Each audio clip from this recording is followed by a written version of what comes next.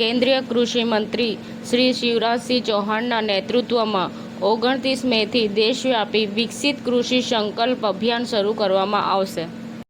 Supreme કોર્ટે મધ્ય પ્રદેશ સરકારના મંત્રી વિજય શાહને કર્નલ સોફિયા કુરેશીને લઈને આપેલા નિવેદન અંગે ફટકાર લગાવી એસઆઈટીને તપાસ સોંપી.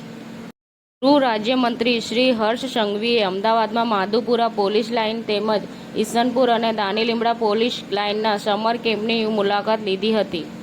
આયુર્વેદિક પ્રોડક્ટ સપ્લાય કરવાના નામે છેતરપિંડી કરવાના કેસમાં વડોદરા પોલીસે એક નાઇજીરિયનની ધરપકડ કરી. સ્ટેટ લેવલ બેન્કર્સ કમિટી એસએલબીસી ગુજરાતની 185મી બેઠકનું આયોજન કરવામાં આવ્યું હતું. અરવલ્લીમાં મેદસ્વીતા મુક્ત ગુજરાત અને કાઉન્ટ યોગ પ્રોટોકોલ માટે માલપુરમાં યોગ શિબિરનું આયોજન કરવામાં આવ્યું હતું. બેંક ઓફ બરોડા દ્વારા અમદાવાદ એક ક્ષેત્રની છારોડી ફિજિટલ શાખા તથા ઉસ્માનપુરા શાખાની નવી પ્રિમાઇસીસનું ભવ્ય ઉદ્ઘાટન કર્યું. ભરૂચ દૂધધારા ડેરીના ચેરમેન ઘનશ્યામ પટેલને રાજ્ય રજિસ્ટર દ્વારા 75(b) હેઠળ નોટિસ પાઠવવામાં આવી. અમદાવાદ શહેરના જમાલપુર વિસ્તારમાં આસ્ટોડિયા નજીક આવેલા 700 વર્ષ જૂના ત્રિકમજી મંદિરની જમીન ઇરાદાપૂર્વક પચાવી પાડવા બદલ ચેરિટી કમિશનરે 7 લોકો સામે ફરિયાદ નોંધાવી છે.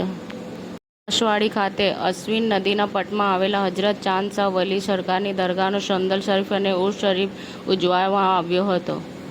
નામદાર સુરત કોર્ટના નેગોશિયેબલના ગુન્હામાં પકડ વોરંટના નાસ્તા ફરતા આરોપીને પકડી પાડતી પેરોલ ફોર્લે સ્કોવોડ અમરેલી. સમાચાર ટુડે ન્યૂઝ ચેનલની ટીમ અને જે સત્ય છે તે જ બતાવશે. આપ જોતા રહો સમાચાર ટુડે ન્યૂઝ ચેનલ. ગુજરાતની ધરતીનું ગુજરાતીઓ માટે જ એટલે કે સમાચાર ટુડે ન્યૂઝ.